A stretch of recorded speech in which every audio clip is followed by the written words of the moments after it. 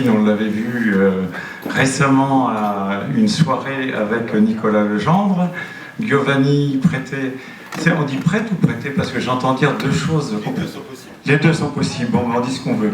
Alors, Giovanni était là l'an dernier et participe au groupe Riverain. Et faut-il présenter François Laforgue? Ça, c'est une question que je vous pose. Bon, quand même une petite présentation de votre part. Donc, Catherine fait quoi dans la vie? Elle est à l'INRAE. Et non, voilà, première erreur de la journée.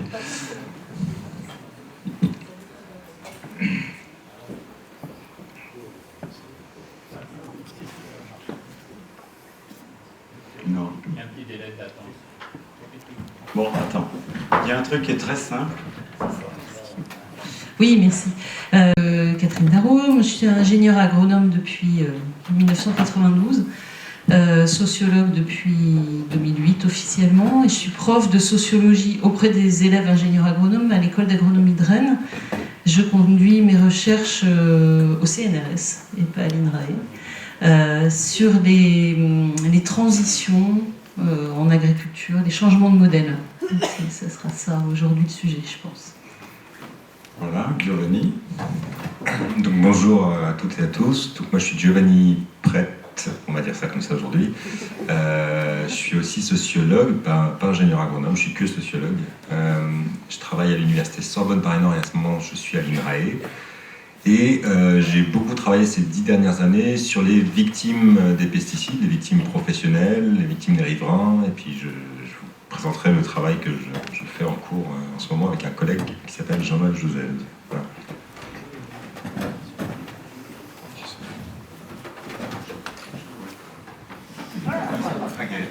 Donc François Laforgue, non François Laforgue, avocat. Et Henri Bunel. C'est un métier à temps complet. Voilà, donc on a retenu un thème qui est assez généraliste. C'est parce qu'on vient de vivre, et on est toujours dedans, une période qui a été assez compliquée, où on a eu des manifestations d'agriculteurs, où on a eu des réponses de l'État. On a encore connu dans les tout derniers jours sur un autre sujet des débats concernant les PFAS, etc., où certaines choses étaient interdites et d'autres pas. Donc on est dans une phase qui est un petit peu compliquée.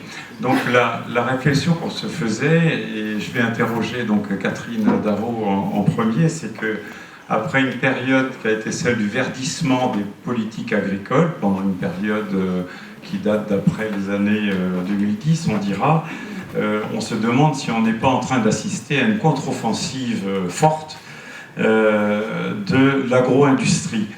Et du côté gouvernemental, on s'aperçoit qu'on n'a pas forcément des avocats au gouvernement.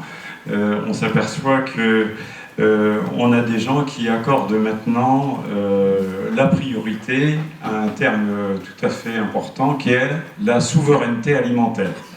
Donc, on voudrait arriver à comprendre, et que Catherine Darro nous amène à comprendre, comment on en est venu là. Quand vous avez fait la soirée avec Nicolas Legendre, vous avez parlé à un moment donné d'un coup de tonnerre. Alors, d'où ça vient et où ça va? J'aurai d'autres questions après. Je me souviens plus comment j'ai employé coup de tonnerre, mais je vais essayer de résumer ce que j'avais dit ce soir-là, en moins de phrases possible. Du point de vue de l'histoire longue des modèles agricoles en Europe, mettons depuis la Deuxième Guerre mondiale, il y a un récit commun qui s'est construit, que vous partagez sans doute, qui est que période par période, on identifie des modèles d'agriculture qui sont plus dominants que d'autres et qui correspondent aux besoins du moment dans la société à ce moment-là. Donc par exemple, après la Deuxième Guerre mondiale, on est tous d'accord pour le même récit, nous, les sciences sociales et vous, je pense, de mémoire, de récits partagés sur le fait qu'après la Deuxième Guerre mondiale, l'Europe ne se nourrissait plus, et donc l'objectif était de produire le plus possible, le plus vite possible, pour rendre à nouveau l'Europe souveraine du point de vue agricole. Et donc le modèle qui a été développé à cette période-là était le modèle qu'on a appelé modernisé, hein, c'est le vocabulaire qui a dominé, qui consistait à passer du modèle paysan qu'on avait un peu partout en Europe avant la Deuxième Guerre mondiale, avec toutes sortes de formes, mais qu'on peut résumer par le principe d'autonomie. Hein. C'est comme ça que la paysannerie se définit, c'est-à-dire acheter le moins possible, autoproduire le plus possible. Sa nourriture, son carburant, enfin son énergie, ses matériaux, l'entraide, le travail, etc. Tout ça est régi par le principe d'autonomie dans une société paysanne. C'est pas du tout ce qu'il fallait après la Deuxième Guerre mondiale, c'est-à-dire que si chacun autoproduit pour soi, on peut pas se mettre à nourrir une société qui s'industrialise, qui s'urbanise, dans un contexte d'exode rural. Et donc, l'histoire des 30 Glorieuses 1945-1975, c'est l'histoire de cette modernisation. Cette modernisation, on l'a faite avec des moyens qui étaient ceux de la guerre, en fait, et avec l'argent du plan Marshall qui a financé le changement. Hein. Ceux de la guerre, c'était des tanks, ça, l'industrie de guerre, on savait faire, et des armes chimiques, l'industrie de guerre, on savait faire. Et on a switché, en fait, on a basculé vers une industrie civile, mais qui avait les mêmes outils, en fait, et qui a produit la mécanisation et la chimisation de l'agriculture, donc les engrais de synthèse, qui sont faits à partir de ressources minières pour la potasse et à partir du pétrole pour les engrais azotés, et les pesticides, toute la grande panoplie de tous les biocides. Donc ce modèle-là, il correspondait aux circonstances historiques du moment à l'époque, c'est-à-dire qu'il fallait que beaucoup moins de gens puissent produire beaucoup plus, et pour faire ça, on a remplacé les humains par la machine, et par une forme de chimisation, puis par les sélections variétales, etc. Bon, l'histoire est très longue, mais ce modèle-là, à un moment, il a cessé de correspondre aux besoins du moment. C'est-à-dire qu'on a quand même plusieurs moments de transition depuis. Le moment où il a cessé de coller avec l'état de l'histoire, c'est les années 80. C'est-à-dire après les 2 chocs pétroliers, je vois à la couleur de nos cheveux qu'on les a vécus, les uns et les autres, dans l'ensemble, ces chocs pétroliers. Donc vous vous en souvenez, à cette époque-là, il s'est passé 2 choses. Choc pétrolier de 74 et de 79, et puis assez vite, après, début des années 80, les excédents structurels. Le modèle s'est emballé. Donc on avait trop de produits, on a produit, puis plus que plus. L'Europe payait pour stocker ces produits, les retirer du marché, les exporter de différentes manières, c'est pas le sujet aujourd'hui. Et en même temps, on s'est rendu compte, avec les chocs pétroliers, de notre dépendance aux pays pétroliers. Donc ce qui s'est passé à cette époque-là, c'est qu'on a changé de paradigme vis-à-vis de l'agriculture. Dans un contexte où, de toute façon, l'Europe se mondialisait, entrait dans une dynamique de marchés globaux, de mondialisation, etc. C'est ce qu'on a appliqué à l'agriculture. À partir des années 80, le projet est devenu d'exporter beaucoup nos excédents structurels et, si possible, de les exporter dans une espèce de gestion du robinet à blé, de l'arme verte, vis-à-vis notamment des pays producteurs de pétrole. Hein, en France, on n'a pas de pétrole, on a des idées, vous vous rappelez peut-être ce vieux slogan des années 80, on avait des idées et du blé, et des ressources nucléaires. C'était ce qu'on pouvait échanger avec les pays pétroliers. Et donc le but a été d'exporter, de faire de notre agriculture une arme stratégique d'exportation. Donc ça n'a pas sélectionné tout à fait les mêmes exploitations, ça a sélectionné la tête de pyramide de celles qui étaient modernisées, celles qui produisaient le plus, et même des excédents, qui pouvaient le plus remplacer les humains par la machine et produire non seulement pour le territoire européen, ce qu'on faisait déjà, mais des excédents pour les exporter en plus. Donc à partir des années 80, on l'a pas tout à fait senti, ça n'a pas été une rupture radicale, ça a été une accélération finalement du modèle modernisé pour en faire encore plus. Ce truc-là, il a à nouveau cessé de correspondre aux besoins du moment dans les années 2000. La globalisation a produit quelque chose d'étonnant, qui est qu'on a pris conscience qu'on appartenait à la même planète. Prenant conscience du fait qu'on appartient à la même planète et communiquant beaucoup plus, circulant beaucoup plus, on s'est rendu compte aussi qu'elle était finie, cette planète, que les ressources étaient finies. Et ça a été le moment où la notion de développement durable est arrivée. Donc ça a été un moment où on a commencé à critiquer tous les pans de la société qui étaient plus durables, dont les effets du modèle agricole. Donc les grandes contestations sur les pesticides, elles étaient déjà là, mais elles étaient peu audibles, c'était une minorité. On a commencé à sentir que ça n'allait plus, à partir des années 2000. Encore 20 ans, Covid, Ukraine, guerre en Ukraine, et la conscience aiguë du changement climatique qui est très palpable. Là, depuis 5 ans, on a quand même des choses qui sont très visibles. Ce triptyque de crise, plus l'érosion de la biodiversité, qui est aussi très palpable, fait qu'on est dans un ensemble que certains sociologues appellent les permacrises, qui fait qu'on a une conscience qui n'est plus développement durable, les générations futures, le temps moyen, le temps long, etc. Mais tout de suite, qu'est-ce qu'on a face à nous tout de suite comme crise?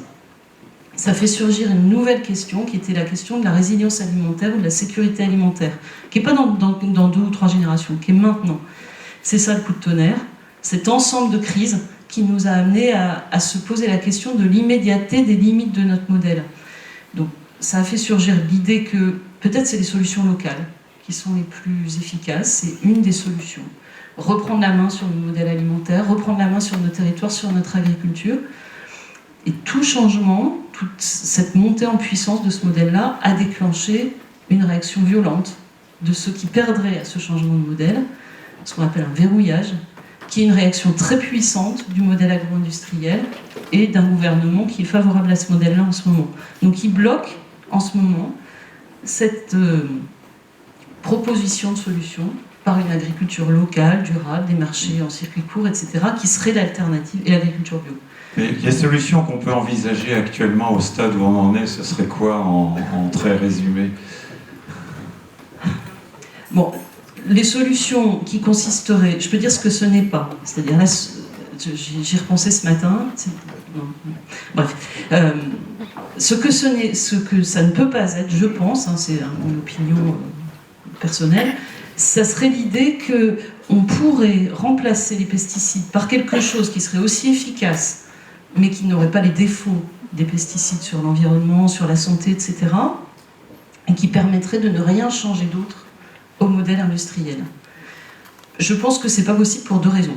La première raison, c'est qu'on n'a pas pour le moment identifié de biocide qui serait inoffensif pour la santé. J'emploie le terme biocide exprès, bio le vivant, cide tuer. Un pesticide a toujours pour ambition d'être un biocide. Un biocide, par définition, est fait pour impacter le vivant. Je ne vois pas comment un biocide peut être inoffensif à l'égard du reste du monde vivant par rapport aux espèces qui sont visées. Donc pour une raison qui est agronomique ou technologique, il n'y a pas de solution ciblée, hyper pointue, où l'espèce gênante, bon, en plus ces espèces gênantes, si on les éradique, en fait elles sont prises dans des chaînes de vivants et on déclenche de toute façon des effets dominos. Donc la question, c'est plutôt de trouver des modèles agricoles qui sont capables de se passer de ces pesticides. Et à partir du moment où on touche à un des éléments du modèle, se passer des pesticides, ça veut dire changer ses rotations, donc changer ses productions, donc changer ses marchés, ce que l'on a à vendre, qui n'est plus tout à fait la même chose, changer l'alimentation de ces animaux, puisqu'on ne produit plus la même chose, changer le paysage, puisqu'on réimplante des arbres en bordure de champs, etc. Changer ses partenaires commerciaux, donc changer ses amis, quelque part, changer son réseau professionnel, ses conseillers.